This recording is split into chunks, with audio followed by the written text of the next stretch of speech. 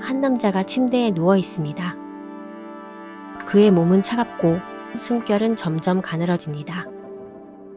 주변에서는 가족들이 걱정스러운 표정으로 그를 바라보지만 그 누구도 진정한 고통의 깊이를 이해하지 못합니다.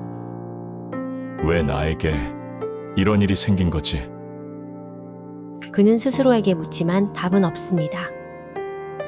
이 순간 이반 일리치에게 죽음은 단순한 끝이 아닌 인생 전체를 반추하게 만드는 거대한 물음으로 다가옵니다.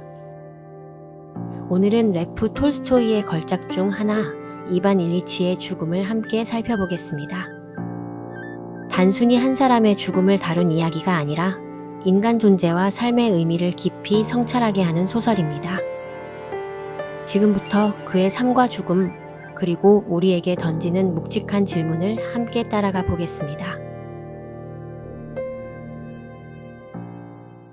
어느 겨울 아침 상트페테르부르크의 법정 건물. 판사들과 변호사들이 모여 앉아 차를 마시며 잡담을 나누고 있었습니다. 그때 한 소식이 전해졌죠. 들었나? 이반 일리치가 죽었다네. 순간 공기는 무겁게 가라앉았지만 곧이어 속삭임이 이어졌습니다. 안 됐군. 이제 자리가 하나 비었어. 누가 승진하게 될까? 사람들은 잠시 애도하는 척했지만 사실 마음속은 각자의 계산으로 분주했습니다. 그의 죽음은 동료들에게 그저 또 하나의 승진 기회였을 뿐이었죠. 이반 일리치의 장례식은 겉보기에 근엄했지만 분위기는 묘하게 차가웠습니다. 하객들은 검은 옷을 입고 고개를 숙였지만 속으로는 언제쯤 집에 가서 따뜻한 저녁을 먹을까 같은 생각을 하고 있었어요. 미망인 프라스코비아는 슬퍼하는 기색을 했지만 실제로는 장례 비용과 남편의 연금 문제로 머릿속이 복잡했죠. 이제 이야기는 과거로 거슬러 올라갑니다. 이반 일리치는 젊은 시절부터 재능 있고 성실한 법관으로 주목받았습니다. 언제나 단정하게 다려진 옷, 깔끔한 언행, 절제된 표정. 그는 늘 법관답다는 평가를 받았죠. 상사에게는 지나치지 않게 공손하고 동료들에게는 적당히 친근하며 부하 직원에게는 권위를 잃지 않을 정도로 엄격했습니다. 그는 속으로 자부했습니다. 나는 균형을 아는 사람이야. 필요할 땐 원칙을 지키고 필요할 땐 눈 감아주지. 세상은 그렇게 굴러가는 거지. 그 덕분에 그는 상관에게 미움받지 않고 사회적으로도 무난한 인물로 자리 잡았습니다. 주변 사람들도 그를 두고 이렇게 평했습니다. 이반 일리치, 무난하고 믿을 만한 사람이야. 누구랑도 크게 부딪히지 않지. 결혼도 그의 출세 과정의 일부였습니다. 아내 프라스코비아는 좋은 집안 출신으로 결혼 초반에는 서로 다정하고 애정이 가득했죠. 젊은 신혼부부답게 웃음소리도 많았고 주변에서는 참 잘 어울리는 부부라며 부러워했습니다. 그러나 시간이 지나면서 분위기가 달라졌습니다. 아내는 점점 예민하고 신경질적인 모습을 보이기 시작했습니다. 작은 일에도 불만을 터뜨렸고 사소한 가사 문제나 돈 문제에도 나를 세웠습니다. 이반, 왜 당신은 늘 나를 힘들게 하는 거죠? 그건 당신이 좀 더 신경 썼으면 되는 일이잖소. 말다툼이 잦아졌고 집안 공기는 점점 무거워졌습니다. 이반은 속으로 중얼거렸습니다. 도대체 왜 이렇게 변했단 말인가? 집에만 들어오면 마음이 답답해진다. 그는 집에서의 갈등을 피하려 했습니다. 아내의 잔소리와 불만을 피할 수 있는 유일한 방법은 더 오래 사무실에 남아있는 것이었죠. 서류와 재판 기록 속에 파묻혀 있으면 적어도 불편한 가정의 공기는 잊을 수 있었습니다. 법정은 단순히 직장이 아니라 그에게는 안식처이자 도피처였습니다. 그래서 그는 점점 더 일에 몰두했고 사회적으로는 성공 가도를 달렸지만 집안에서는 차가운 거리감이 쌓여만 갔습니다. 몇 년 후 이반은 마침내 새 집을 마련하게 됩니다. 그것은 단순한 주거 공간이 아니었습니다. 그의 출세와 사회적 지위, 그리고 무난하지만 성공적인 삶의 결정판 같은 상징이었죠. 이반은 집안 구석구석을 직접 챙겼습니다. 가구 배치, 벽지의 재질, 커튼의 색감 하나에도 눈을 부릅뜨고 신경을 곤두세웠습니다. 하인들이 옆에서 중얼거릴 정도였습니다. 도련님은 대체 왜 커튼 주름까지 일일이 확인하시는 걸까?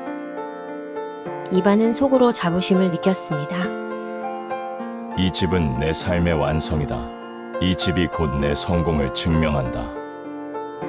친구들이 초대를 받아 집에 찾아왔을 때 그 반응은 기대를 저버리지 않았습니다.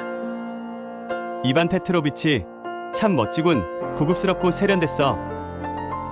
가구 배치도 기가 막히구먼. 역시 안목이 남다르다니까.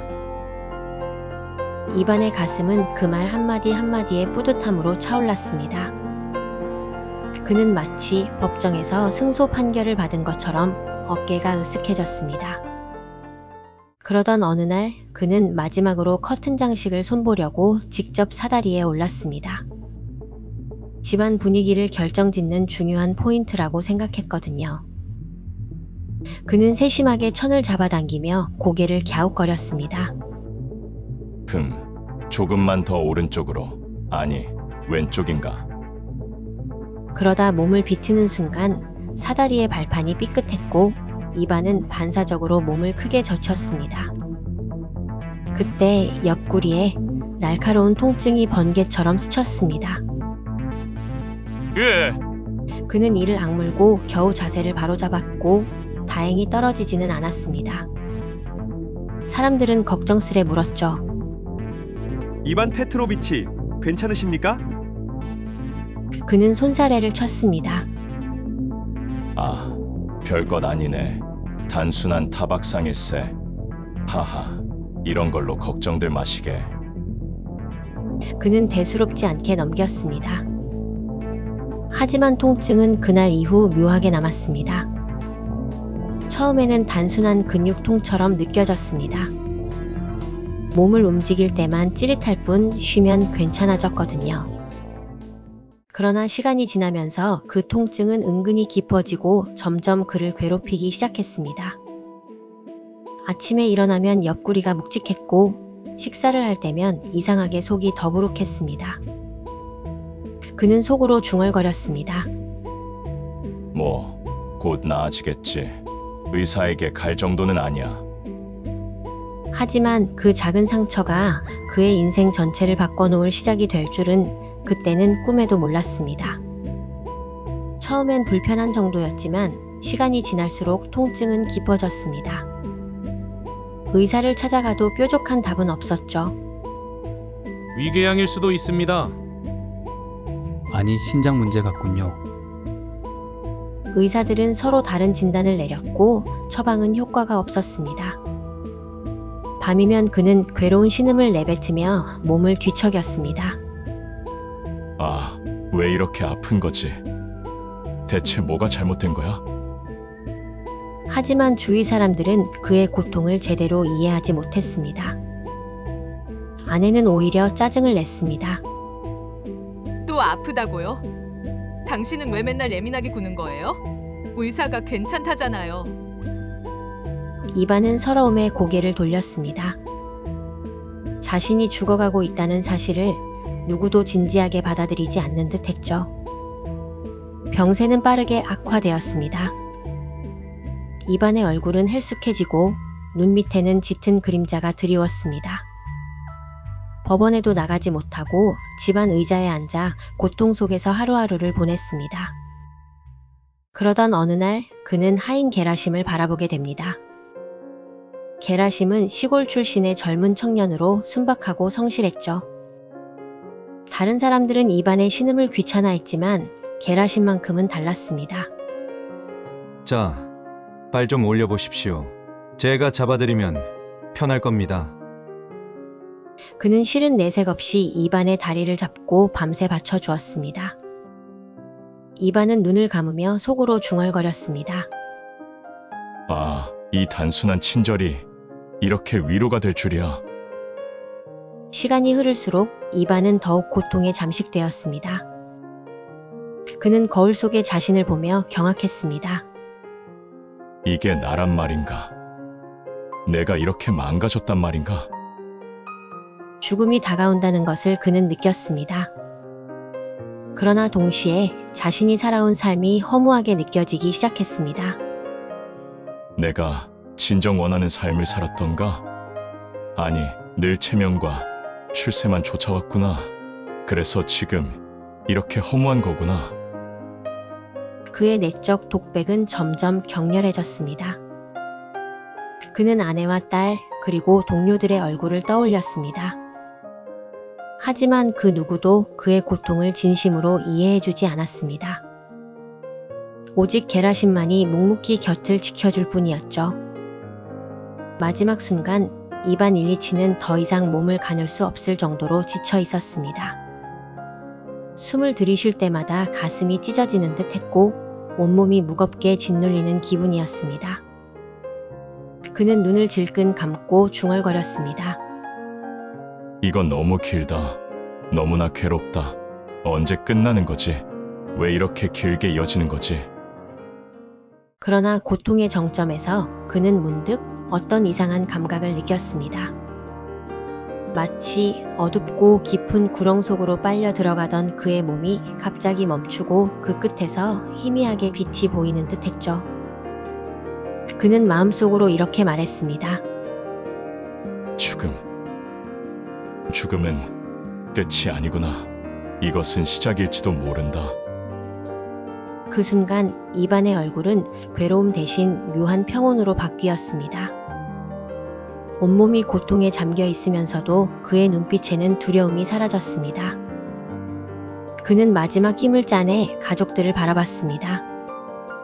침대 곁에는 아내 프라스코비아와 어린 아들이 서 있었습니다.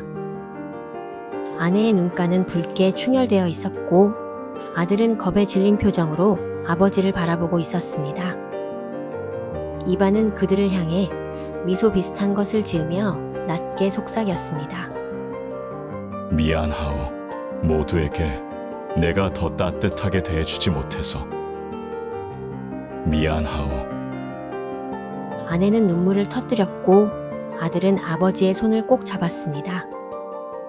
차갑게 식어가는 손끝에서 이반은 마지막으로 인간적인 온기를 느꼈습니다. 숨이 점점 가빠지더니 그의 입술에서 마지막 한마디가 흘러나왔습니다.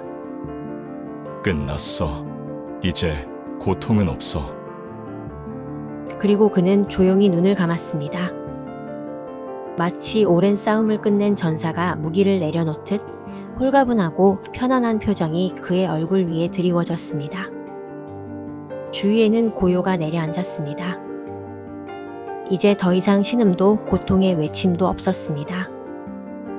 대신 방 안에는 묘하게도 안도와 평화의 기운이 감돌았습니다. 마치 죽음이 두려운 파멸이 아니라 새로운 문을 열고 나아가는 여정임을 보여주듯 말이죠.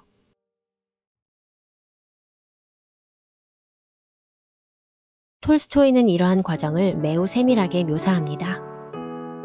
병실의 차가운 공기, 창문을 스치는 햇살의 변화, 주변 사람들의 어색한 태도와 불안한 시선, 통증에 따른 몸의 뒤틀림, 침묵 속에서 느껴지는 죽음의 압박감까지 모든 요소가 독자로 하여금 이반 일리치의 경험을 생생하게 체감하도록 합니다. 독자는 그의 죽음을 단순한 사건으로 보는 것이 아니라 인간 존재와 삶의 본질을 성찰하게 만드는 경험으로 느끼게 됩니다. 이 과정에서 우리는 단순히 죽음을 보는 것이 아니라 삶의 진정한 가치와 의미, 인간관계, 내적 성찰의 중요성을 함께 배우게 됩니다. 이반 일리치의 이야기는 시대와 장소를 초월해 현대를 살아가는 우리에게도 강력한 울림을 주는 것입니다. 톨스토이가 이반 일리치의 죽음에서 보여주는 핵심은 삶의 진정한 의미입니다. 이 소설은 단순히 한 인간의 죽음을 다루는 것이 아니라 사회적 관습과 외적 성취에 매몰된 삶의 허망함을 적나라하게 보여줍니다. 이반 일리치의 죽음은 독자로 하여금 스스로의 삶을 돌아보게 하는 거울이 됩니다. 톨스토이는 세 가지 주요 메시지를 전달합니다. 첫째, 인간은 죽음을 피할 수 없으며 죽음 앞에서 모든 사회적 지위와 체면은 무의미해진다는 점입니다. 둘째, 외적 성공보다 인간관계와 진정한 감정, 내면적 성찰이 삶의 핵심이라는 점입니다. 셋째, 죽음을 직면하는 과정에서 인간은 비로소 진정한 자기 자신과 마주하게 된다는 점입니다. 이 소설은 19세기 러시아 사회의 관료제와 가정생활을 배경으로 하고 있지만 그 메시지는 시대와 문화를 초월합니다. 인간이 삶에서 놓치기 쉬운 본질적 가치를 고민하게 만드는 작품입니다. 오늘날에도 이반 일리치의 이야기는 우리에게 강력한 메시지를 줍니다. 현대 사회에서 우리는 직장, 재산, 명예 등 외적 성공에 치중하며 정작 인간관계와 내적 행복을 소홀히 하곤 합니다. 톨스토이는 우리에게 묻습니다. 당신은 진정으로 의미 있는 삶을 살고 있는가? 실생활에서 이 메시지를 적용하는 방법은 여러 가지입니다. 가족과의 시간을 소중히 하고 친구와 진심 어린 관계를 유지하며 자신의 내면을 돌아보는 시간을 갖는 것입니다. 또한 건강과 정신적 평안을 소홀히 하지 않고 삶의 속도를 늦춰 자신에게 진정 중요한 것이 무엇인지 성찰하는 습관을 갖는 것이 필요합니다. 이반 일리치의 죽음을 통해 우리는 죽음의 불가피성을 직면하며 그것이 단순한 종말이 아닌 삶의 의미를 깨닫는 계기가 될 수 있음을 배울 수 있습니다. 이반 일리치의 죽음은 단순한 소설이 아닙니다. 우리 모두가 언젠가 맞이하게 될 죽음을 통해 삶의 진정한 가치를 깨닫게 만드는 거울입니다. 오늘 이 이야기를 통해 하루하루를 조금 더 의미 있게, 조금 더 진정성 있게 살아가길 바랍니다. 다음 영상에서도 고전 속 지혜와 인간의 내면을 함께 탐험해 보겠습니다. 끝까지 시청해 주셔서 감사합니다.